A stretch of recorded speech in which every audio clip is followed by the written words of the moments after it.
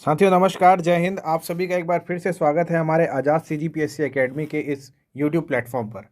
आज़ाद CGPSC academy के साथ आप यहाँ पर कर रहे हैं सीजीपीएससी के प्रीवियस ईयर एमसीक्यू की तैयारी। और प्रीवियस ईयर एमसीक्यू की तैयारी करते करते आज हम आ पहुँचे हैं 2021 और 2022 के हमारे साइंस के एमसीक्यू में। इस विषय में यहाँ इस पोर्शन के अंतर्गत मैं आप लोगों को साइंस, है ना, plus environment and ecology plus science and technology वाले जो पोर्शन है, इसके जो क्वेश्चन आते रहे हैं, मैं उन क्वेश्चंस को आप लोगों को रिवाइज करा रहा हूँ, उन सबको आप लोगों को प्रोवाइड कर रहा हूँ। ठीक है ना। मेरा नाम है युगल किशोर और आप सभी मेरे साथ कर रहे हैं क्या, ये साइंस और इन्वायरमेंट वाले पेपर की तैयारी। तो आज इस विषय का ये अंतिम सीरीज़ है। ठीक है, 2021-22 का ये लास्ट है। इसके बाद फिर 2023 का प्री अभी आप अपीयर होने वाले हैं 11 तारीख को, और उसके लिए मैं अभी से आपको अग्रिम शुभकामनाएं दे रहा हूँ। कुछ चीज़ें थी जो कंटिन्यू हमें करनी थी, है ना, और हमें और भी तैयारी और भी चीज़ों को अपग्रेड करना था, लेकिन वो चीज़ें अब समय के चलते नहीं हो पाएगी, है ना। तो अभी हमको 2023, आज हम 30 तारीख को 31 तारीख को बैठे हैं, तो 31 जनवरी, है ना, 31 जनवरी 2024 को आज आप हमसे चर्चा कर रहे हैं, हमारे इस वीडियो में है। तो 31 जनवरी 2024 को ये वीडियो आप लोगों के पास है और 11 फरवरी को आपका पेपर है। तो मैं नहीं चाहता हूँ कि बतौर, चूँकि मैंने इससे पहले भी पेपर दिलाया है और मैंने तैयारी भी करवाई हुई है ना।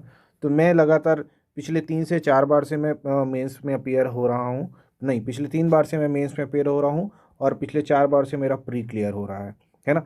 तो मैं इस अपने अनुभव के साथ कह रहा हूँ कि ये जो 11 फरवरी का पेपर है और आज 31 तारीख है, तो अंतिम 10 दिनों में आप लोगों को क्या करना है, इसके लिए मैं आप लोगों को एक अलग से वीडियो बना दूंगा। लेकिन अभी अंतिम 10 दिनों में आप लोगों को और कोई भी जो एमसीक्यू है वो और आगे देखते रहना नहीं है, ठीक है ना। इसीलिए मैं अपनी ओर से ये एमसीक्यू सीरीज़ यहाँ पर स्टॉप करने वाला हूँ आज। ठीक है, तो चलिए शुरू करते हैं आज का हमारा एमसीक्यू। और सबसे पहले देखते हैं 2021-22 में से 2021 में आए हुए प्रश्न जो आप लोगों की सीजीपीएससी का हिस्सा थे। ठीक है, तो पहला प्रश्न आप लोगों के लिए है क्या, पहला प्रश्न है जीएनयू ऑपरेटिंग सिस्टम के संबंध में क्या सही नहीं है। ऑप्शन ए, इसका फुल फॉर्म जीएनयूज नॉट यूनिक्स है। ऑप्शन बी, इसकी शुरुआत रिचर्ड स्टॉलमैन ने की थी। ऑप्शन सी, यह एक ओपन सोर्स सॉफ्टवेयर है। और ऑप्शन डी, यह यूनिक्स के साथ कॉम्पेटेबल नहीं है। इसका सही आंसर क्या होगा ये आपको बताना है, मतलब क्या सही नहीं है ये बताना है। तो आपको पता ये होना चाहिए कि क्या सही है। तो क्या आप जीएनयू के बारे में जानते हैं, क्या आपने अभी तक पढ़ा है। तो साइंस एंड टेक्नोलॉजी के अंदर आप लोगों को कंप्यूटर का सेक्शन भी देखने को मिलता है ना। तो उसी कंप्यूटर के सेक्शन में जो टेक्नोलॉजी है, टेक्नोलॉजी स्टार्ट कंप्यूटर से होती है, तो कंप्यूटर के ही सेक्शन में आप लोगों को जीएनयू और अलग अलग जो ऑपरेटिंग सिस्टम्स हैं उन सब के बारे में पढ़ना होता है। तो उसी में से जीएनयू के बारे में आप पढ़ते हैं। तो जीएनयू के बारे में हम क्या क्या जानते हैं पहले वो देख लेते हैं। तो सबसे पहले तो इसका नाम ही जान लेते हैं। तो जीएनयू का फुल फॉर्म है जीएनयू इज़ नॉट यूनिक्स, ये तो सही लिखा है ना। इसको एक और नाम से जानते हैं, GNOO, जीनू, है ना। जीनू भी इसी सॉफ्टवेयर का नाम है। जीएनयू एक ओपन सोर्स सॉफ्टवेयर है। ओपन सोर्स सॉफ्टवेयर मतलब कि इसका आपको कोई लाइसेंस वगैरह खरीदने की ज़रूरत नहीं है। ये पूरी तरीके से हर कोई फ्रीली इसको एक्सेस कर सकता है, ठीक है ना। ये ओपन सोर्स ऑपरेटिंग सिस्टम है, ये ऑपरेटिंग सिस्टम है, ठीक है ना। और इसकी जो खोज है, इसकी जो स्टार्ट किया था जिसने, उसका नाम है क्या, रिचर्ड स्टॉलमैन। रिचर्ड स्टॉलमैन यहाँ पे जो नाम लिखा है, इसने इसकी शुरुआत की थी। अब इसकी शुरुआत कब की गई थी, इसकी शुरुआत की गई थी 1984 में, 1984 में, है ना। और इसके साथ साथ ये ओपन सोर्स सॉफ्टवेयर है ये भी लिखा गया। इसके बाद यहाँ पर लिखा है यूनिक्स के साथ कॉम्पेटेबल नहीं है। GNU is based on the Unix operating system, है ना। ये चीज़ इसका बेसिक वो है कि ये यूनिक्स ऑपरेटिंग सिस्टम पे ही बेस्ड है। ये इससे कॉम्पेटेबल कैसे नहीं होगा यदि इस पे बेस है ना। तो ये ऑप्शन गलत हो जा रहा है। तो यहाँ पर ये जो ऑप्शन है क्या सही नहीं है पूछा है, इसीलिए ये सही होगा। तो ये आपको कंप्यूटर के सेक्शन से ये सारी चीज़ें आप लोगों को, जो थोड़ी बहुत कभी कभार आप लोग कंप्यूटर की क्लास किए होंगे तो आपको पढ़ाई गई होंगी, ठीक है ना। चलिए आगे बढ़ते हैं और देखते हैं अगला प्रश्न। अगला प्रश्न है आप लोगों के लिए, distributed denial of services attack क्या है। ऑप्शन ए एक कंप्यूटर गेम, ऑप्शन बी एक साइबर अटैक, ऑप्शन सी एक मिलिट्री अटैक सिस्टम और ऑप्शन डी इनमें से कोई नहीं। तो DDoS ये जो है ये भी अगेन आपको टेक्नोलॉजी के सब्जेक्ट से है, ये साइबर अटैक की बात कर रही है। तो इसमें वायरस और माल फंक्शन वगैरह जब हम पढ़ते हैं तो उसमें हम इसी को पढ़ते हैं, इंटरनेट के जो हैकिंग वगैरह होता है उन सारी चीज़ों में, है ना। तो ये जो अटैक है ये क्या है, ये एक साइबर अटैक है, ये एक साइबर अटैक है, ठीक है। इसका उद्देश्य क्या होता है, इसका उद्देश्य जो होता है वो टारगेट सर्वर का जो सामान्य ट्रैफिक है ना, जो टारगेट सर्वर है, सपोज दैट कि आपने गूगल को आप सर्च कर रहे हैं तो टारगेट सर्वर जो होगा वो क्या होगा, गूगल होगा। तो गूगल के सर्वर को जो ट्रैफिक है उसको क्या करना है, जाम करना है, ट्रैफिक को जैम कर देना है। ये इसका मेन टारगेट होता है, किसका, DDoS का, है ना। ये क्या करता है, ये जो मैलवेयर है ये क्या करता है, जो उपकरण होते हैं, जो टूल्स होते हैं आपके, है ना, उसके नेटवर्क को कंट्रोल कर लेता है, आपके नेटवर्क को ये जाम करता है। आपके उपकरण में कोई प्रॉब्लम नहीं करता, आपके उपकरण में जो नेटवर्क वाले जो फंक्शन होते हैं ना, उन फंक्शंस को ये जाम कर देता है। तो ये क्या है, एक साइबर अटैक है। तो इसका ऑप्शन नंबर बी इसका करेक्ट आंसर होगा, ठीक है। इसके बाद फिर क्वेश्चन नंबर 3 आप लोगों के लिए अभी जो है ये है, नाविक का फुल फॉर्म क्या है। नाविक का फुल फॉर्म क्या है।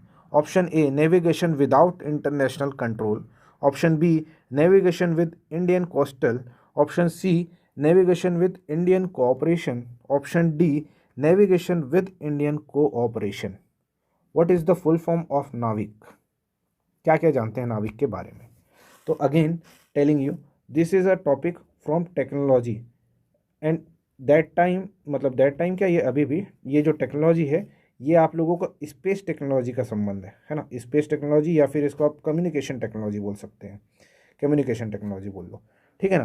तो ये कम्युनिकेशन टेक्नोलॉजी के अंदर नाविक इंडिया का एक क्या है भैया, नेविगेशन विद इंडियन कॉन्स्टिलेशन जो है ये हमारा एक सैटेलाइट प्रोग्राम है, जिसके माध्यम से हम पूरे ऑल ओवर इंडिया के जितने भी कोस्टल रीजन्स हैं, इसके आजू बाजू जितने 15,000 किलोमीटर तक की, शायद अगर मैं गलत नहीं हूँ तो इसके पूरे जितने एरिया हैं इसको हम कवर करने वाले हैं अपने सैटेलाइट के through. It is a kind of, ये IRNSS आप लोगों ने नाम सुना होगा। तो IRNSS जो हमारा स्पेस प्रोग्राम था उसके अंतर्गत लॉन्च हुआ था, है ना। नाविक का जो फुल फॉर्म है, ये फुल फॉर्म तो आप लोगों को दिख रहा है कि क्या, navigation with Indian constellation. Navigation with Indian constellation कहाँ पे है, इसमें navigation with Indian cooperation, cooperation यहाँ पे 2 बार हो गया है ना। ये यहाँ पे एक कॉन्स्टलेशन है, इंडियन कोस्टल है, इसको आप कॉन्स्टलेशन कीजिए, कॉन्स्टलेशन, ये और गलत लिखा गया था। तो इसका जो ऑप्शन नंबर बी है ये करेक्ट होगा। ये भारत का अपना रीजनल सैटेलाइट है भैया। आप लोग GPS सुने हैं ना, ये GPS टाइप के ही काम करने वाला है, ठीक है। हम बहुत जल्दी जो भारत है इंडिया का जो GPS सिस्टम है वो हम लॉन्च करने वाले हैं। तो इंडियन GPS सिस्टम का जो नाविक है, ये नाविक उसी को सपोर्ट करने वाला है। इसमें कुल 8 सैटेलाइट है ना, जिसमें से 7 सक्रिय है, 7 क्या है, एक्टिव है ना। और इनमें से 4 जो है ये किस में है, जियो सिंक्रोनस में है, जियो सिंक्रोनस में, मतलब ये पृथ्वी के साथ साथ पृथ्वी जैसे गति कर रहा है वैसे उसमें ये गति कर रहा है, मतलब ये भू स्थिर है ना। और 4 क्या है, आपके पोलार है, जियो स्टेशनरी बोलते हैं, जियो स्टेशनरी, जियो स्टेशनरी, इसको भू स्थिर बोलेंगे, ठीक। और ये भू समकालिक बोलते हैं, हिंदी वाले याद रखेंगे ना, भू समकालिक, भू समकालिक, जियो सिंक्रोनस। तो 4 किस में है, भू समकालिक अवस्था में है, और जो 4 हैं वो किस में है भैया, भू स्थिर अवस्था में है, ठीक है ना। ये स्थापित किए गए हैं। तो इस तरीके से हमको देखने क्या मिल रहा है, इसमें टोटल जो है 8 उपग्रह आएंगे, लेकिन 7 को हमने एक्टिवली अभी क्या किया है, इसके अंदर प्रोजेक्ट किया है। तो 4 हमारे भू समकालिक हैं, और यहाँ पे यहाँ पे 3 जो हैं ये जियो स्टेशनरी आपके क्या हैं भाई, सैटेलाइट हैं। ये IRNSS प्रोग्राम जो है ये आप लोग पढ़ लीजिएगा, अगर नहीं पढ़े हैं तो ये अभी भी ट्रेंडिंग में है। और अभी चूंकि हम इसमें 2024 या 2025 से इसको लॉन्च करने वाले हैं, तो इसको आप देख सकते हैं, ठीक है ना, रिवाइज कर लीजिएगा। IRNSS जो आपको गूगल में मिलेगा वही होगा, ठीक। चलिए नेक्स्ट क्वेश्चन आप लोगों के सामने है, आवृत्ति मॉड्यूल ब्रैकेट में FM लिखा है भाई, रेडियो वेव्स के बारे में क्या सही नहीं है। अगेन मार्किंग दिस, क्या सही नहीं है, which one is not correct about FM frequency modulation? Option A, आवृत्ति मॉड्यूलेशन की आवृत्ति रेंज आयाम मॉड्यूलेशन से कम होती है, ठीक है। ऑप्शन बी, इसमें आयाम और कला नहीं बदलती। ऑप्शन सी, इसका बैंडविड्थ आयाम मॉड्यूलेशन से ज़्यादा होता है। ऑप्शन डी, इसकी बैंडविड्थ आयाम मॉड्यूलेशन से ज़्यादा होती है। आपको क्या सही नहीं है वो बताना है, तो आपको तो पहले ये पता होना चाहिए कि क्या सही है। तो कौन कौन जानता है FM के बारे में? अच्छा, बचपन में सभी ने तो रेडियो सुना ही होगा। If you are 90s kids then you are too much aware about FM, है ना। हम जब रायपुर में रहते थे उस समय FM नया नया आया था, है ना। FM रेडियो मिर्ची 98.3 94.3 आप लोग सुने होंगे ना। तो ये जो FM है, विविध भारती आप लोगों ने कभी सुना होगा, तो वो FM चैनल है। तो FM के बारे में आप लोग क्या क्या जानते हैं? तो सबसे पहले FM का पूरा नाम तो हम देख ही रहे हैं कि आवृत्ति मॉड्यूलेशन, इंग्लिश में बोलते हैं फ्रीक्वेंसी मॉड्यूलेशन, है ना। आप लोग अगर विविध भारती वगैरह सुने होंगे तो फ्रीक्वेंसी मॉड्यूलेशन 101.6 मेगाहर्ट्ज़ पर हम विविध भारती के मुंबई सेंटर से बोल रहे हैं, ऐसा बोलते हैं, है ना। That one is frequency modulation. और FM का ही एक जो होता है वो क्या होता है? AM। AM का पूरा नाम क्या होता है? AM का पूरा नाम होता है क्या? Amplitude modulation. एम्पलीट्यूड इंग्लिश में, हिंदी में बोलते हैं क्या? आयाम। एम्पलीट्यूड को हिंदी में बोलते हैं हम आयाम। यहाँ पे देख रहे हैं आयाम, ठीक है ना। तो एम्पलीट्यूड मॉड्यूलेशन, अब देखो इसमें क्या लिखा है। ऑप्शन ए लिखता है कि आवृत्ति मॉड्यूलेशन की आवृत्ति, है ना, फ्रीक्वेंसी रेंज आयाम मॉड्यूलेशन से कम होती है। कम होती है क्या?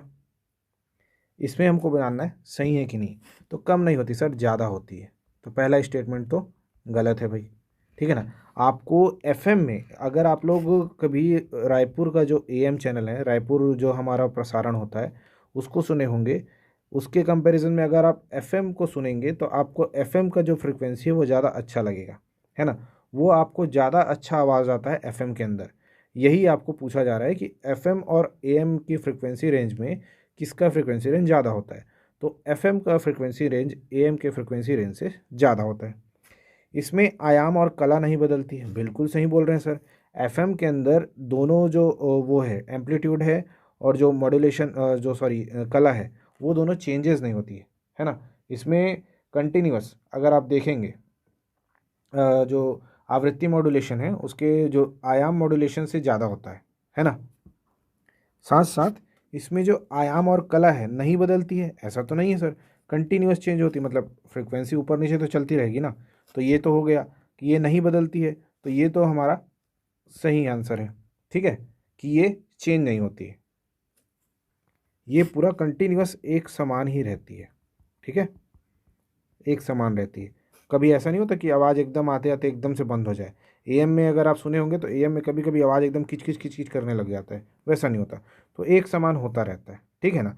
और अगर FM का अगर आप वो देखेंगे तो FM में अगर धीरे धीरे आवाज़ कम हो रहा है, धीरे धीरे अगर उससे आप फ्रिक्वेंसी रेंज से बाहर जा रहे हैं तो FM धीरे से बंद हो जाता है, वो चलते चलते वो बीच में ऊपर नीचे नहीं होता है, ठीक है ना।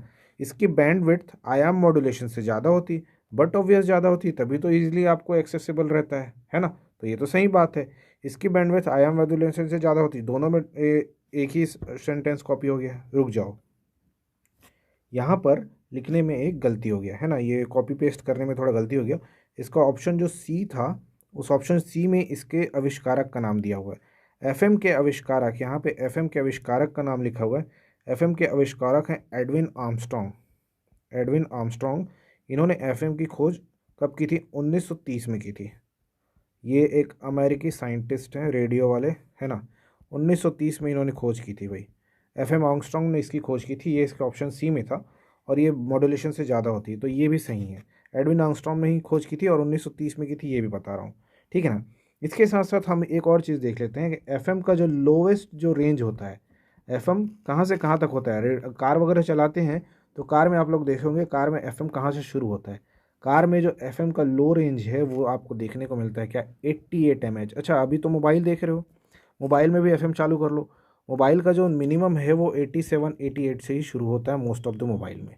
तो 88 जो है इससे शुरू होता है और 108 तक जाता है ना, 108 तक जाता है। ये आपका FM का रेंज है, ठीक है। इतना FM का रेंज आपको पकड़ता है भाई, ये आपके लिए काम आता है, ठीक। एफएम में जो सिग्नल होता है ये क्या है, आपका रेडियो सिग्नल ही है, ये आपके जो संचार का ही कार्य कर रहा है, ठीक है ना। तो ये आपका एफएम के बारे में सारी चीज़ें थी। इसका ये यहाँ पे एक इसके बारे में दिया एडविन आर्मस्ट्रॉन्ग। तो एफएम के बारे में जितना पता है उतना ही आपको एएम के बारे में भी सर्च कर लेना है, सो दैट अगर क्वेश्चन रिपीट होता है और सेम फॉर्मेट में रिपीट होता है तो आपको हेल्पफुल रहे, ठीक है। चलिए आगे बढ़ते हैं और अगला क्वेश्चन देखते हैं। चंद्रयान 2 अभियान के संबंध में क्या सही नहीं है। ऑप्शन ए, इसकी स्वीकृति प्रधानमंत्री मनमोहन सिंह जी ने दी थी। ऑप्शन बी, इसमें भेजे गए रोवर का नाम प्रज्ञान था। ऑप्शन सी, इस अभियान में चंद्रमा के उत्तरी ध्रुव को अन्वेषण के लिए लक्षित किया गया। ऑप्शन डी, इस अभियान में विक्रम लैंडर का इस्तेमाल किया गया, ठीक है। तो इसके संबंध में फिर से अगेन क्वेश्चन में क्या बोल रहा है, क्या सही नहीं है। तो आपको पता तो ये होना चाहिए कि क्या सही है। चंद्रयान 2 के बारे में आप लोग क्या क्या जानते हैं। चंद्रयान 2 हमारा कब शुरू हुआ था आप लोगों का, 22 जुलाई 2019 को। ये मतलब इस दिन को हम लोग लॉन्च किए थे ना। हमने सोचा था कि हम 4 जुलाई को लॉन्च करेंगे, लेकिन हमने फिर उसको पोस्टपोन किया 22 जुलाई को, ठीक है ना। तो हमने फाइनली 22 जुलाई 2019 को हमने क्या किया कि जो चंद्रयान है उसको लॉन्च किया। लॉन्च कहाँ से किया था हमने इसको, सतीश धवन एयरपोर्ट, सतीश धवन जो लॉन्चिंग पैड है वहाँ से हमने किया था। सतीश धवन ये कहाँ पर है भैया, सतीश धवन श्रीहरिकोटा, कहाँ पर है जी, श्रीहरिकोटा आंध्र प्रदेश में है, ठीक है ना। ये चीज़ हो गया। इसके बाद फिर जो रॉकेट था, उस रॉकेट का नाम क्या था आपका, GSLV Mark 3 जो रॉकेट था, है ना, जो लॉन्चिंग व्हीकल था उसका नाम था GSLV Mark 3। ये इसका वो था, ठीक। जो इसको भेजने वाली संस्था का नाम क्या है भैया, इसरो। इसरो के बारे में आप सब जानते हैं। अब यहाँ पे चंद्रयान 2 पूछा है, तो अब आपको तैयारी किसकी करनी चाहिए। आपको इस बार का जो मोस्ट, अगर कोई स्पेस प्रोग्राम अगर पूछ सकता है तो एक तो है चंद्रयान 3, है ना। एक है आपका आदित्य L1 जो हमने छोड़ा है। एक है आपका गगनयान प्रोग्राम जो हम इस 2024 में छोड़ने वाले हैं, है ना। और इसके साथ साथ एक हमारा जो मिशन रहा निसार। निसार हमने एक बहुत बड़ा रेडियो अपर्चर बनाया है, तो वो चीज़ काम आएगा आप लोगों के लिए, है ना। तो ये Nisar NASA ISRO satellite aperture radar, ऐसा है, ये रडार है ना। तो ये दोनों देशों ने मिलकर बनाया है और बहुत बड़ा एक प्रोग्राम है ये। तो ये निसार, इन तीनों में से आपको कोई ना कोई, इन चारों में से कोई ना कोई आपको एक प्रश्न देखने को मिलेगा। इस प्रश्न के बिहाफ में क्वेश्चन का पैटर्न आप लोग देख सकते हैं कि कैसा पैटर्न से आपको क्वेश्चन पूछेगा। Which one is not correct, so you should know that what is correct. तो चंद्रयान 2 के बारे में हम ये तो जानते हैं, इसकी जो स्वीकृति है वो मनमोहन सिंह जी ने दी थी, ये बहुत सही बात है। ये हमारा बहुत पुराना प्रोग्राम है। पहला चंद्रयान 2008 में लॉन्च हुआ था। चंद्रयान 1 प्रोग्राम आपका 2008 में लॉन्च हुआ था, ठीक है ना। चंद्रयान 2 प्रोग्राम भी स्वीकृति उन्होंने ही दी थी, और तब जाके ये 22 जुलाई 2019 को बन के हमारा लॉन्च हुआ है, ठीक है ना। इसमें भेजे गए रोवर का नाम प्रज्ञान था, ये भी बिल्कुल सही है सर, ये तो अभी भी प्रज्ञान ही है। इसमें जो भेजे गए विक्रम लैंडर का उपयोग, क्या लैंडर का इस्तेमाल किया गया था, हाँ इसका किया गया था, भले हम लैंड नहीं कर पाए थे, है ना। इस अभियान में चंद्रमा के उत्तरी ध्रुव को अन्वेषण के लक्षित किया गया था। अरे गलत है भाई, हम चंद्रयान को भेजना क्यों चाह रहे थे, हम चंद्रयान को उतारना चाह रहे थे कहाँ पे, आपके दक्षिणी ध्रुव में। कहाँ, दक्षिणी ध्रुव में। और ये हमने चंद्रयान 3 मिशन के अंदर हमने क्या किया है, सफल कर दिया है। क्या समझ आया, सफल हो गए हैं हम। चंद्रयान 2 के जो मिशन डायरेक्टर थे उस समय जो वो थे, वो कौन थे, के सिवान जी थे। आप लोग देखे होंगे, उनकी आंखों से आंसू निकल आया था, है ना। तो ये चीज़ आप लोगों को याद होगा। तो हम दक्षिणी ध्रुव में भेजना चाह रहे थे, लक्षित किसको किए थे, दक्षिणी ध्रुव को किए थे। तो ये हमारा दक्षिणी ध्रुव है। C3 के बारे में आप लोग क्या क्या जानते हैं, जो चंद्रयान 3 है वो कब लॉन्च हुआ है, ये भी आपको देखना है ना। वहाँ पे जिस जगह पे उतरे, दक्षिणी ध्रुव में जिस पॉइंट पे उतरे, उस पॉइंट को हमने क्या नाम दिया है भैया, शिव शक्ति नाम दिया है, शिव शक्ति नाम दिया है, ठीक है ना। और चंद्रमा 2 है और चंद्रमा 1 जो है, इसमें जब हम उतरे थे तो उसको हमने तिरंगा नाम दिया था, याद रखना, ठीक है। जो अपना प्रज्ञान जो लैंडर निकला विक्रम, ये विक्रम कौन है भाई, ये विक्रम साराभाई हैं, हमारे स्पेस टेक्नोलॉजी के जनक हैं ये। हमारे यहाँ अंतरिक्ष विज्ञान का जनक किसको माना जाता है, विक्रम साराभाई जी को माना जाता है ना। हाँ अगर मैं नाम सही बोल रहा हूँ तो हाँ, विक्रम साराभाई हैं, ठीक है। और हमारे यहाँ जो प्रौद्योगिकी क्षेत्र के जनक किसको माना जाता है, डॉक्टर होमी जहांगीर भाभा जी, बार्क एटॉमिक सेंटर वाले। तो सबका नाम याद रखना, और अभी इन सब के जो इम्पोर्टेंट जो पर्सन है, की पर्सन है, उनको याद रखना। आदित्य L1 मिशन डायरेक्टर, चंद्रमा 3 के मिशन डायरेक्टर, हर चीज़ को याद रखना। बहुत इत्मीनान से सारी चीज़ों को रिवाइज करो अब, और कुछ नहीं करना, ठीक है। चलिए, नेक्स्ट क्वेश्चन इज, वयस्कों को दी जाने वाले कोविशील्ड वैक्सीन के प्रत्येक डोज की मात्रा कितनी होती है। 2020 आपका कोविड का समय था, तो उस समय पे ये कोविड बहुत आम चीज़ थी, है ना। तो ये टेक्नोलॉजी के सेक्शन का पोर्शन है ना। हालांकि ये डेली एक्टिविटी का है, और इसको क्या बोलते हैं, मैं टेक्नोलॉजी में रखने का सेंस ये था कि आप लोगों को जो वैक्सीनेशन प्रोग्राम वगैरह चल रहा है, अगर कोई हम हेल्थ एक्टिविटी में भी अगर हम आगे बढ़ रहे हैं तो हमको वो भी ध्यान देना है ना। तो ये आपका कोविशील्ड वैक्सीन के बारे में आपको पूछ रहा है कि प्रत्येक डोज की मात्रा कितनी होती थी। उस समय पे मैं जितना जानता हूँ कि बहुत कम लोग इसका आंसर दे पाए थे, और मैं बता रहा हूँ कि मैंने भी इसका आंसर गलत दिया था। मैंने टिक करके आया था, लेकिन मुझे कोई आइडिया नहीं था, और मुझे इसको तुक्का मारना था, है ना। क्योंकि मैं ये जानता था कि 2 ml तो नहीं दे रहे हैं, ये तो मुझे पता था, और 2 ml और 1 ml नहीं दे रहे हैं। अब 1 और 1.5 का मुझे डाउट था कि दे क्या रहे हैं, तो मैंने तुक्का मारा था। और मैं आप लोगों को बोलूँगा, अगर दो आप लोग ऑप्शन एलिमिनेट कर पा रहे हैं तो आप लोगों को दो ऑप्शन को सेलेक्ट करने से हिचकना नहीं है। आपको दोनों में से किसी एक को अक्कड़ बक्कड़ बम्बे बोल बोल के मार दो, ठीक है ना। उससे आपको या तो गलत होगा या तो सही होगा, लेकिन ज़्यादा तुक्का मत मार देना भाई। ऐसा ना हो कि पूरे तुक्के में ही पूरा पेपर बन जा रहा है, ऐसा नहीं होगा ना। तुक्का नहीं मारना है ज़्यादा, ठीक है। चलो, ऑप्शन जो ए है वो दिया है 1 ml, ऑप्शन बी बोल रहा है 2 ml, ऑप्शन 3 बोल रहा है 0.5 ml, और ऑप्शन डी बोल रहा है 1.5 ml। कोविशील्ड वैक्सीन के बारे में आप लोग क्या क्या जानते हैं। कोविशील्ड वैक्सीन को सीरम इंस्टीट्यूट बनाया है। सीरम इंस्टीट्यूट कहाँ है भैया, पुणे में है। सीरम इंस्टीट्यूट के जो मेन है वो क्या था, आधार पूना वाला, ऐसा कुछ उनका नाम था, राइट। और ये जो वैक्सीन है, इस वैक्सीन में क्या किया गया, mRNA को इसमें रिप्लेस किया गया था। mRNA के ऊपर पूरा इसमें काम हुआ है ना। mRNA क्या है भाई, ये जो आपका राइबो न्यूक्लियस एसिड जो है, उसके बारे में इसमें दिया हुआ है। जो एम का मतलब क्या है सर, एम मतलब मैसेंजर होता है सर, है ना। ये आप कहाँ पढ़ते हैं सर, ये हम लोग पढ़ते हैं बायोलॉजी सेक्शन के अंदर पढ़ते हैं सर। बायोलॉजी में जब आप लोग डीएनए आरएनए वाला प्रोसेस पढ़ते हैं, तो वहाँ पे आपको एमआरएनए भी पढ़ने को मिलता है। अब एमआरएनए आप इतना डिटेल में अभी क्यों बता रहे हो सर, तो एमआरएनए ये जो कोविड वैक्सीन में जो खोजा था जिन्होंने, एमआरएनए को हम रिप्लेस करेंगे प्रोटीन से, है ना। ये जो हमने वैक्सीन लगाया तो इसके प्रोटीन से हम रिप्लेस करने वाले हैं। तो जिस प्रोटीन से हमने रिप्लेस किया वो हमने आरएनए के अंदर चेंजेस किए, है ना। और इसी के लिए इस बार नोबेल पुरस्कार मिला है। नोबेल 2023 पुरस्कार मिला है किसको, कैटलीन और विजमैन को। विजमैन उसका सेकंड नेम है, मतलब उसका सरनेम है। कैटलीन और विजमैन को 2023 का नोबेल पुरस्कार चिकित्सा के क्षेत्र का, वो किसके लिए मिला है, ये जो इन्होंने खोज की एमआरएनए वाली जो खोज की, इसी के लिए इनको क्या मिला है, पुरस्कार मिला है, याद रहेगा। तो इसमें हमको जो मात्रा है वो कितना दे रहे हैं हम, मात्र 0.5 ml। 0.5 ml का 2 डोज हम लोग दे रहे हैं, ठीक है, 2 डोज। टोटल हम 1 ml दे रहे हैं, लेकिन 2 डोज में हम दे रहे हैं 1-1 ml, चूँकि हम ज़्यादा इसमें जो आरएनए है इसके अंदर ज़्यादा हम डाइल्यूशन हम जल्दी क्रिएट नहीं कर पाते, ठीक है ना। तो हमको 2 डोज में देना है, 0.5 करके दे रहे हैं, ठीक है।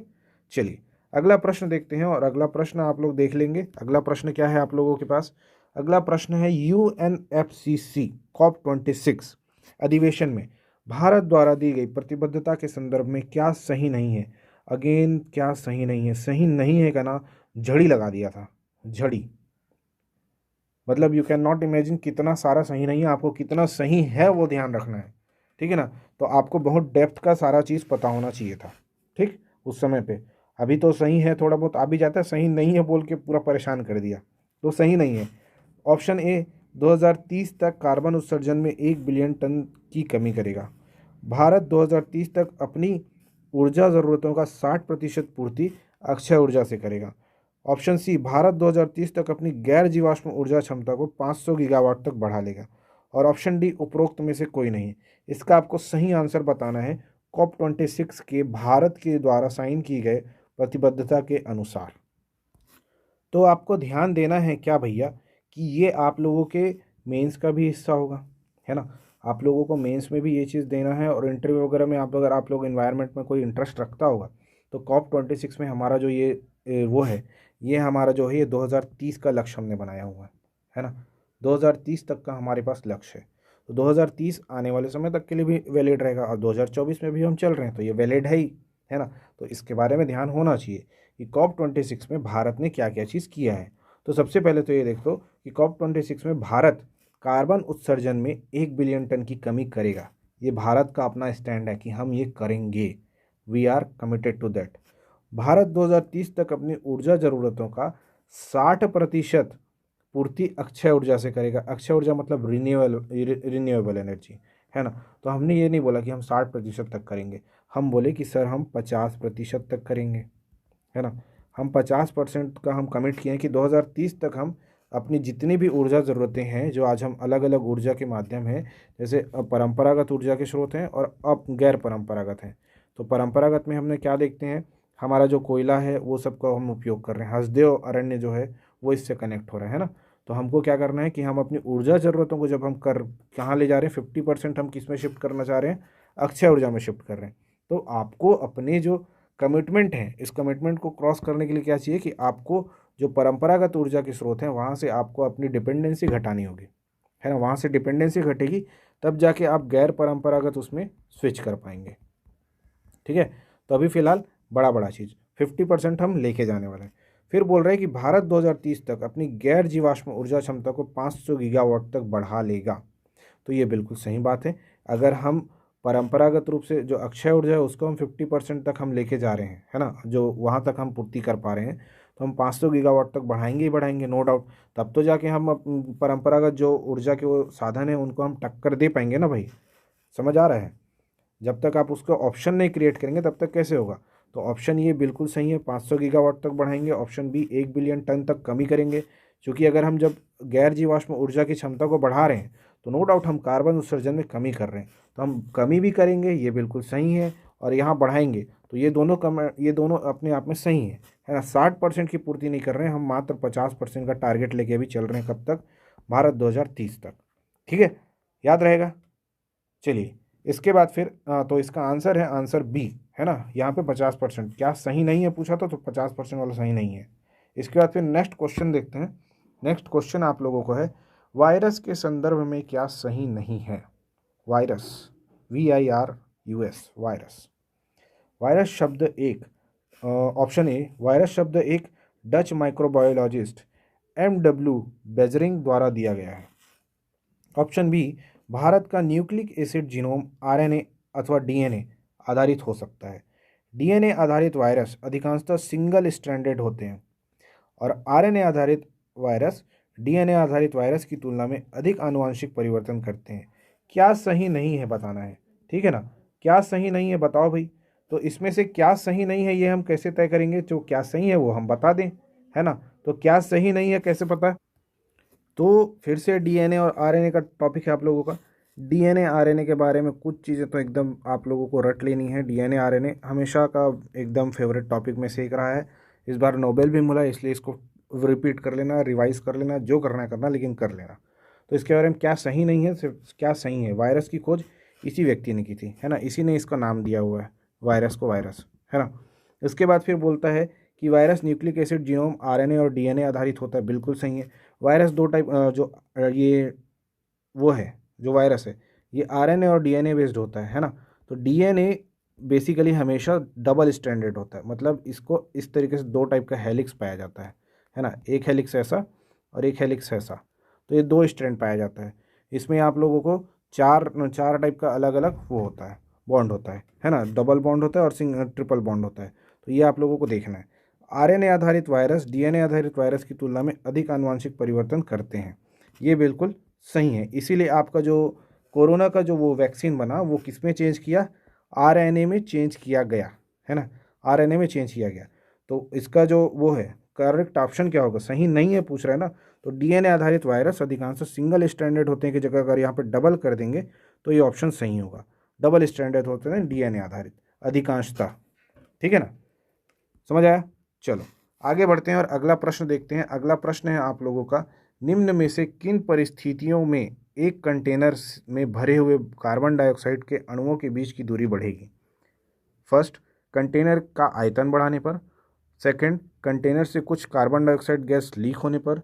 थर्ड, कंटेनर के अंदर हवा का दबाव बढ़ाने से। फोर्थ, कंटेनर के आकार में बिना बदलाव किए और कार्बन डाइऑक्साइड गैस डालने पर। विच वन इज करेक्ट आपको बताना है। एक हम लोग लॉ पढ़ते हैं चार्ल्स का नियम। आप लोग गैस का आयतन वाला गैस वाला एक चैप्टर पढ़ते हैं ना, तो उस गैस के अंदर एक नियम आता है चार्ल्स का नियम। चार्ल्स के नियम के अनुसार क्या होता है कि जब दाब बढ़ेगा ना, तो जो अणु है ताप बढ़ने पे अणु दूर होते हैं, और दबाव बढ़ाने पर, प्रेशर बढ़ाने पे जो अणु हैं, जो मॉलिक्यूल हैं, वो बहुत पास पास आ जाते हैं, ठीक है ना, और इनकी दूरी घट जाती है। तो इसीलिए आपका ऑप्शन 3 और 4 जो है वो क्या होगा, असत्य होगा, है ना। 3 और 4 क्या होगा, असत्य होगा। तो इसमें क्या पूछा है, अणुओं के बीच दूरी बढ़ेगी, है ना, तो इसमें से सत्य ऑप्शन आपको पता होना चाहिए। तो 3 और 4 आप लोगों का सत्य ऑप्शन है। ऑप्शन जो 1 है ना, ऑप्शन 1 और ऑप्शन 2 आप लोगों के ऑप्शन डी में जो है, ये आपका ऑप्शन गलत है। क्या बोल रहे हैं, कंटेनर का आयतन बढ़ाने पर ये एक दूसरे के अणुओं के बीच की दूरी बढ़ेगी, है ना, ये सही है, ये वाला सही है, सॉरी ये सही है। और जो थर्ड है, सॉरी सेकंड जो है, कंटेनर में कुछ कार्बन डाइऑक्साइड गैस लीक होने पर, तो हाँ उनके बीच दूरी बढ़ जाएगी, आयतन बढ़ा दो मतलब स्पेस को बढ़ा दो, है ना, तो बट ऑब्वियस दूरी बढ़ जाएगी, गैस लीक हो जाएगी, मतलब जो 100% गैस है वो 90% हो जाएगा। अब 90% इस पूरे कंटेनर में आ गया, तो 90% के बीच पे अणु की दूरी और बढ़ गई, है ना। तो कंटेनर के अंदर अगर हवा आप और इनपुट कर दोगे, पहले से ही इसमें 100% ऑक्यूपेंसी हवा की है, इसमें आप 10% हवा और भर दो, तो बट ऑब्वियस कि ये इसमें और ज़्यादा दबाव बढ़ जाएगा, है ना। और कंटेनर के आकार में बिना बदलाव किए कार्बन डाइऑक्साइड गैस डालोगे तो भी वही चीज़ होगा कि आपका जो गैस है वो एक दूसरे के साथ क्या हो जाएगा, भिड़ जाएगा, उसका दबाव बढ़ जाएगा, उसके अणुओं के बीच दूरी बढ़ेगी नहीं, दूरी घट जाएगी, ठीक है ना। किन परिस्थितियों में बढ़ेगी, तो ऑप्शन 3 और ऑप्शन 4, कंटेनर के अंदर हवा का दबाव बढ़ाने से आपका क्या होगा, इसके बीच की दूरी घटेगी, है ना, तो यहाँ से दूरी बढ़ेगी, आपका पहला ऑप्शन। ठीक, रुक जाओ, क्या कह रहे हैं कि दूरी कब बढ़ेगी, तो दूरी कैसे बढ़ेगी, आयतन को बढ़ा दो पहला, दूसरा कार्बन डाइऑक्साइड गैस को लीक कर दो, ठीक है ना, ये दो चीज़। तीसरा, अंदर हवा डालोगे तो बढ़ेगा क्या, नहीं बढ़ेगा, तो 3 तो नहीं होने वाला और चौथा भी नहीं होने वाला, कि बिना बदलाव किए कार्बन डाइऑक्साइड गैस डाल दो तो ये चीज़ नहीं होगा। 3 और 4 इसका ऑप्शन नहीं होगा, तो ऑप्शन डी इसका करेक्ट आंसर है ना, कि अब इसको जो दूरी है वो बढ़ाओ, कंटेनर का आयतन बढ़ाओ, दूसरा आप कार्बन डाइऑक्साइड गैस को लीक करो, तो क्या होगा, अणुओं के बीच की दूरी बढ़ेगी, ठीक है ना। तो इसका ऑप्शन डी करेक्ट आंसर है, ठीक है। चलिए अगला प्रश्न देखते हैं। अगला प्रश्न है, किसी ध्वनि की तरंग की आवृत्ति 4 किलो हर्ट्ज है और उसकी तरंग दैर्ध्य वेवलेंथ 35 सेंटीमीटर है, तो वह 3 किलोमीटर दूरी तय करने में कितना समय लेगी। ये ऑप्शन है, सॉरी ऑप्शन है आपके पास 21.4 second, 2.14 second, 12.4 second and 1.24 second. ये आपका न्यूमेरिकल बेस्ड क्वेश्चन है जो कि फिजिक्स के लॉ पर आधारित है। फिजिक्स में एक होता है जो तरंग की चाल, मतलब वेवलेंथ जो है, उसका जो वेलोसिटी ऑफ जो वेवलेंथ है वो कैसा होता है, v is equal to frequency into तरंग दैर्ध्य, है ना। फ्रिक्वेंसी कितना है आपका 4 किलो हर्ट्ज, तो 4 किलो मतलब कि 1000, है ना, 4 इंटू 1000 हर्ट्ज हो गया। और आपका लैम्डा मतलब कि तरंग दैर्ध्य कितना है 35 सेंटीमीटर, तो 35 सेंटीमीटर डिवाइडेड बाई आप लोगों का इसको हमने मीटर में लिया ना, किलो हर्ट्ज, हाँ तो हर्ट्ज मीटर में होता है, तो इसको भी मीटर में करेंगे, तो इसका मीटर 35 सेंटीमीटर क्या हो जाएगा आप लोगों का 0.35 सेंटीमीटर हो जाएगा, ठीक है ना। डिवाइड बाय 100 करेंगे तो ये 0.35 सेंटीमीटर हो गया, तो ये आपका मीटर में कन्वर्ट हो गया, ये भी मीटर में कन्वर्ट हो गया, ये किलोमीटर कर दिया हमने, किलो हर्ट्ज को किलो में कर लिया, और ये मीटर हो गया, है ना। तो अब आपको क्या होगा, यहाँ इन सबको मल्टीप्लाई करते हैं, तो मल्टीप्लाई करने से आपको आंसर आएगा 1400 मीटर पर सेकेंड, ठीक है। इसके बाद हम क्या डालते हैं, टाइम, समय कितना लेगा दूरी करने में, समय दूरी तय करने में समय कितना लेगा, समय बराबर चाल बटे दूरी, है ना, सॉरी समय बराबर दूरी बटे चाल, 4 बटे दूरी दोनों होता है, तो ये हो गया। दूरी कितना है आपको 3 किलोमीटर दिया हुआ है, तो इसको फिर से मीटर में कन्वर्ट करो, 3000 कर लो भाई, है ना, 3 किलोमीटर मतलब 3000। चाल कितना है आपका, वेलोसिटी अभी निकाले कितना 1400 मीटर पर सेकंड, ठीक है ना। तो इससे आंसर क्या आएगा 2.14 सेकंड। ये आपका जो फॉर्मूला है, इस फॉर्मूले को याद रखना है, फॉर्मूले में जो रख के आप मान निकालोगे वो आंसर होगा, ठीक है ना। फ्रिक्वेंसी है, फ्रिक्वेंसी आप लोगों को दिया हुआ है ये है, और ये वेलोसिटी है, v is equal to velocity F is equal to frequency और lambda is equal to wavelength. ये आप लोगों का आंसर है, ठीक है। और इसके बाद सेकंड जो फॉर्मूला था वो क्या था, डिस्टेंस का। चाल बराबर दूरी बटे समय होता है, तो अपने को क्या निकालना, समय, है ना। समय बराबर दूरी बटे चाल। दूरी को बोलते हैं क्या, डिस्टेंस, चाल को बोले वेलोसिटी। यहाँ से जो आंसर आएगा उसको यहाँ पुट करेंगे तो इसका आंसर आ जाएगा, ठीक है। चलिए अगला प्रश्न देखते हैं। अगला प्रश्न है आप लोगों का, ग्लूकोज के विखंडन के संदर्भ में कौन से कथन सही हैं। पहला, कोशिका द्रव्य में ग्लूकोज 4 कार्बन अणु वाले पायरुवेट में विखंडित होता है।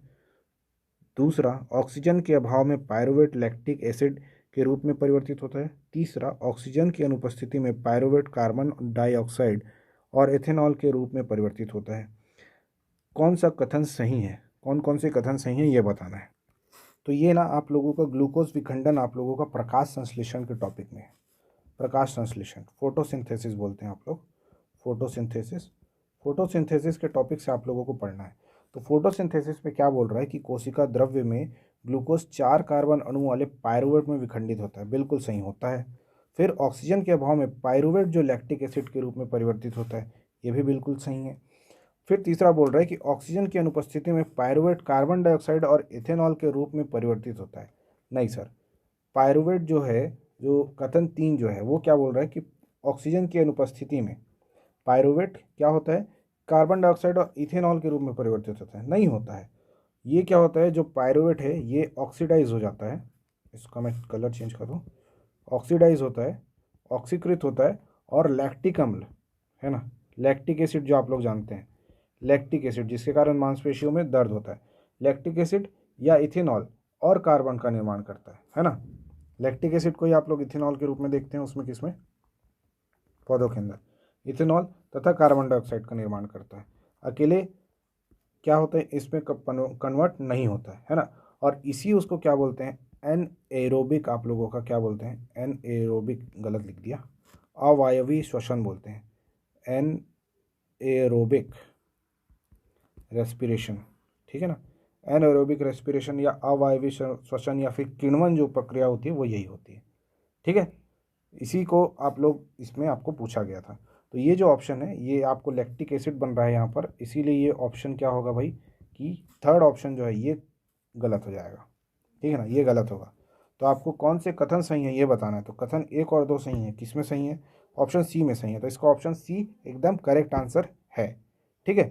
चलिए अगला प्रश्न देखते हैं। अगला प्रश्न क्या है, अगला प्रश्न है आप लोगों का, इसरो द्वारा वर्ष 2022 में भेजे गए अंतिम PSLV मिशन का नाम क्या है।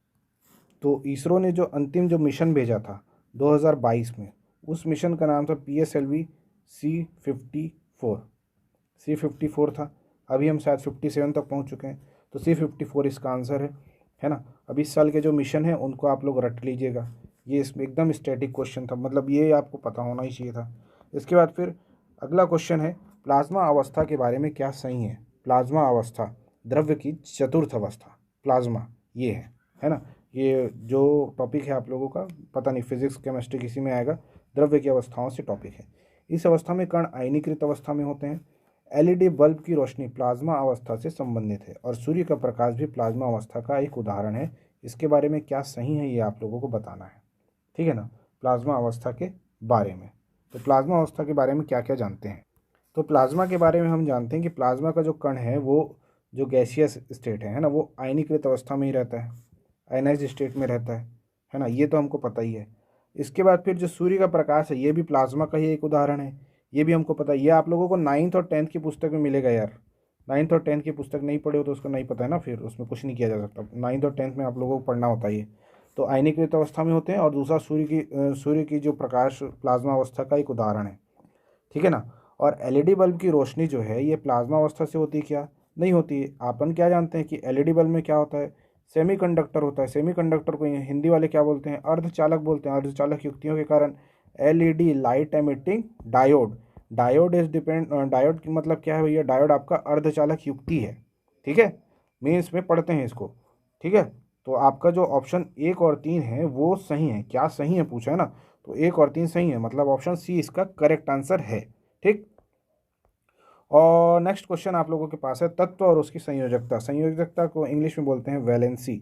वैलेंसी मतलब उसके आउटर कोश में किसी तत्व के जो सेंटर है उसमें होता है न्यूट्रॉन, प्रोटॉन, है ना, और एक पॉजिट्रॉन वगैरह, और जो बॉर्डर होता है उसमें होता है क्या, इलेक्ट्रॉन।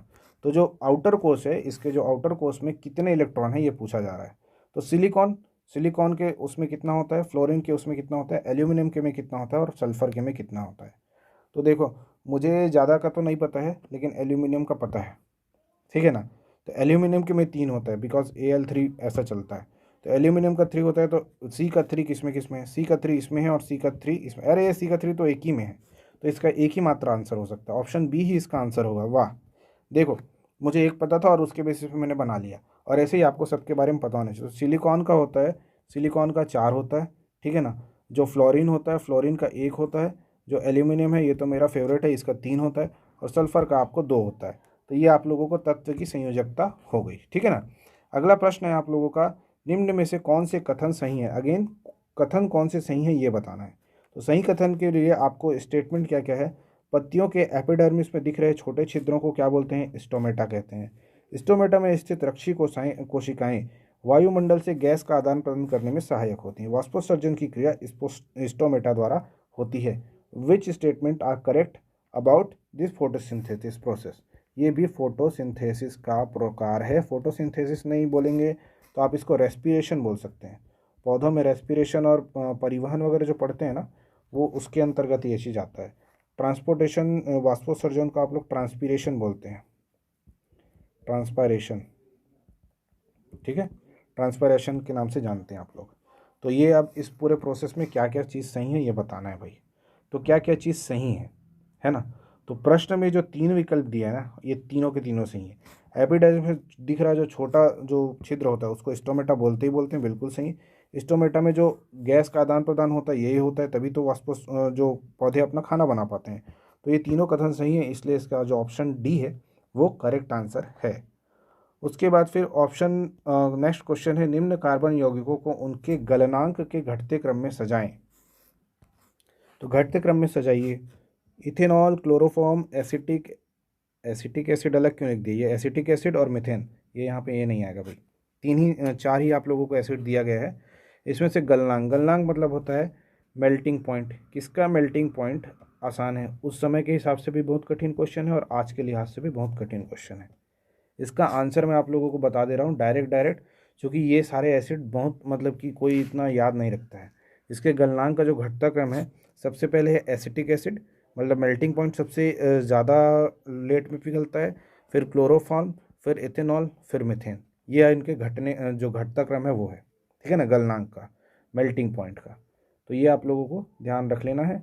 अगर ये रिपीट हो जाता है और अगर आप लोगों को ऐसे कोई वो चीज़ पता है तो अच्छा बात है। ये बेसिक मतलब जो कोर केमिस्ट्री वाले हैं उनके लिए ज़्यादा अच्छा क्वेश्चन है।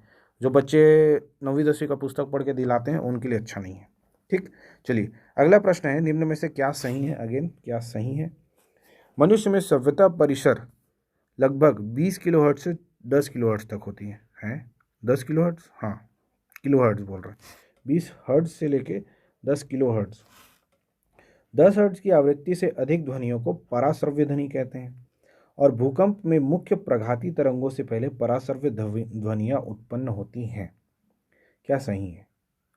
जो, हाँ, मनुष्य का जो सभ्यता परिसर है ये 20 हर्ट्ज से होता है 10 किलो हर्ट्ज, या फिर इसको अपन क्या बोलेंगे, 10 किलो मतलब ये हो गया किलो का 10,000, है ना, हर्ट्ज में, ठीक है ना। ये हर्ट्ज हो गया, इतना मनुष्य सुन सकता है ऐसा बोल रहा है। फिर बोल रहा है 10 हर्ट्ज की आवृत्ति से अधिक की ध्वनियों को पराश्रव्य ध्वनि कहते हैं, बिल्कुल कहते हैं। और पराश्रव्य ध्वनियाँ भूकंप के आने से पहले आती हैं, और इसी कारण जो नेचुरल जो डिज़ास्टर होता है उसमें जो जो जानवर हैं उनको सुनाई देता है, हमको सुनाई नहीं देता है, ठीक है ना। तो उनको पहले ही पता चल जाता है, इसीलिए वो लोग भूकते रहते हैं, कुत्ते लोग, है ना। तो उनका ये जो साउंड लिमिट है वो थोड़ा ज़्यादा रहता है। श्रव्यता परिसर मतलब कि जो आपका जो हियरिंग जो कैपेसिटी है उसकी बात हो रही है ना। तो हियरिंग कैपेसिटी कहाँ से कहाँ तक होती है इसमें देख रहे हैं। तो अब श्रव्य तरंग जो होता है, जो सुनाई नहीं देता है, वो 20 हर्ट्ज से कम होता है, ठीक है ना। जो 20 से 2000 20 से 20,000 हर्ट्ज तक का व्यक्ति सुन सकता है, ठीक है ना। तो 20 से 20,000 हर्ट्ज तक को हम श्रव्य तरंग बोलते हैं। ठीक, अपश्रव्य मतलब कि वहाँ हम नहीं सुन पा रहे, और पराश्रव्य मतलब 20 किलो हर्ट्ज से ज़्यादा का जो वो है ना, वो हमारे जो उसमें आ रहा है, तो ये हमारे उससे पार हो जाता है। पराश्रव्य ध्वनियाँ उत्पन्न होती हैं। जब फोल्डिंग एंड फॉल्ट वाला कंसेप्ट आता है तो वहाँ पे आप लोगों को ये चीज़ पढ़ाया जाता है। ठीक है ना, ये आप लोग किस में पढ़ते हैं, ज्योग्राफी के अंदर भी पढ़ते हैं इस चीज़ को, और हमारे में ये चीज़ आप लोगों को वेव जो होता है उसके अंदर पढ़ा जाता है। ठीक है, चलो, तो इसका आंसर जो है ना, इसका आंसर, तीनों आंसर सही है, क्योंकि ये तीनों के तीनों स्टेटमेंट अपने आप में करेक्ट हैं। ठीक, चलिए नेक्स्ट क्वेश्चन है आप लोगों का, सही विकल्प चुनना है निम्न को पढ़कर। क्या विकल्प है भाई? अधिक ऊंचाई पर उड़ने वाले यात्रियों को आकाश काला प्रतीत होता है, अधिक ऊंचाई पर प्रकीर्णन सुस्पष्ट नहीं होता है। सही विकल्प चुनना है। ऊंचाई पर उड़ने वाले यात्रियों को आकाश काला प्रतीत होता है। हाँ, होता है। क्यों होता है? क्योंकि प्रकीर्णन सुस्पष्ट नहीं होता है। बिल्कुल सही बोल रहे हैं, दोनों ही मेरे को सही लग रहा है। ठीक है ना? हाँ, सही तो है, क्योंकि प्रकीर्णन के कारण ही हम लोग एक कंसेप्ट देखते हैं। हमको आकाश नीला क्यों दिखता है? आकाश का नीला दिखना, है ना, या फिर आकाश, आपको आसमानी नीला बोलते हो जो आप लोग, आकाश नीला दिखता है या समुद्र नीला दिखता है, ये क्यों दिखता है? ये आप लोगों को प्रकीर्णन के कारण दिखता है ना। तो प्रकीर्णन हो रहा है इसीलिए तो है। तो और अगर उनको क्लियर नहीं आ रहा है, उनको काला काला दिख रहा है, मतलब उनको प्रकीर्णन सुस्पष्ट नहीं हो रहा है, तो ये दोनों स्टेटमेंट सही विकल्प है एकदम बिल्कुल। एक और दो दोनों सही है, कहाँ पे लिखा है? एक और दो दोनों सही है, और दो एक का सही कारण है। बिल्कुल, ये दोनों सही कारण है, कथन कारण वाले स्टेटमेंट में आया भाई। ठीक है ना, तो सही कारण है। जो सर्वाधिक प्रकीर्णन आपको देखने को मिलता है वो लाल रंग का दिखता है आपको, है ना, और जो लोवेस्ट प्रकीर्णन आप लोगों को देखने को मिलता है वो किसका होता है? विब ग्योर, तो वॉयलेट। वॉयलेट को क्या बोलते हैं हम लोग? बैंगनी, बैजानी, हपी नाला हिंदी वाले बोलते हैं भाई, बैगनी, है ना। विबग्योर इंग्लिश वाले, याद रखो, विबग्योर, है ना, और बैजानी हपी नाला, ऐसा कुछ है हिंदी वालों का। ठीक है ना, तो दोनों कॉन्सेप्ट अच्छे हैं, दोनों याद रख लेना। ठीक, चलिए अगला प्रश्न आप लोगों के लिए यहाँ पर समाप्त हो जाता है। यही आप लोगों का अंतिम प्रश्न था आज की हमारी सीरीज़ का, है ना। आई होप आप लोगों ने पूरा का पूरा हमारा जितना भी MCQ सीरीज़ है वो देखा होगा। अब आप लोगों के लिए कुछ इंपॉर्टेंट चीज़ें हैं। अभी से आप लोगों को मेरे जितने MCQ हैं आप जो देखना चाहते हैं, ये सारे MCQ आप देख लीजिए, है ना। एक बार देख लीजिए, इसके आंसर देख लीजिए, इसके एक्सप्लेनेशन समझ लीजिए। ठीक है ना। सारे के सारे जो MCQ हैं ये आपको इसी यूट्यूब प्लेटफॉर्म पे मिल जाएंगे। आपको बैक टू बैक सारे देख लेने हैं। इस MCQ का जो PDF है, ये आप लोगों को आज़ाद एकेडमी लर्निंग ऐप में मिलेगा, है ना। आज़ाद एकेडमी लर्निंग ऐप आप लोगों को गूगल प्ले स्टोर से मिल जाएगा। वहाँ से आप लोगों को इसका PDF डाउनलोड कर लेना, जो लोग इसको रिवाइज़ करना चाहते हैं। क्योंकि वीडियो के टाइम में आप लोगों को बार बार सारी चीज़ें वीडियो रिपीट नहीं करनी चाहिए, PDF आप लोग देख लो। ठीक, और इसके बाद फिर अब आप लोगों को MCQ रिपीट नहीं करना है। कोई भी सब्जेक्ट का आप MCQ लगाना छोड़ दीजिए, केवल कंसेप्ट को रिवाइज़ कीजिए। रिवाइज ओनली द कंसेप्ट, है ना। और कंसेप्ट रिवाइज करते समय उसमें आप करंट अफेयर को घुसा दीजिए। ठीक है, करंट अफेयर को उसमें क्या कर दीजिए? घुसा दीजिए। सपोज़ अगर आप कोई कंसेप्ट रिवाइज कर रहे हैं जो स्पेस टेक्नोलॉजी का है, तो वहाँ पे आप करंट अफेयर को लेके जा सकते हैं। ठीक है, चलिए, तो ये आप लोगों के लिए कुछ एडवाइस थी। इसके बाद फिर हम मेंस की क्लासेस में आप लोगों से मुलाकात होगी। मेंस की क्लासेस हमारे यहाँ हम 19 फरवरी, आप लोगों को 11 फरवरी को पेपर है, एक हफ्ते की छुट्टी है। 11 फरवरी के बाद 19 फरवरी 2024 से हम मेंस की क्लासेस से में आप लोगों के साथ वापस से जुड़ेंगे। ठीक है ना। तब तक के लिए अपनी तैयारी करते रहिए। एकदम CGPSC का तो एडमिट कार्ड आ चुका है, तो CGPSC के एडमिट कार्ड को डाउनलोड कर लो, सामने लगा लो, सब चीज़ कर लो, है ना।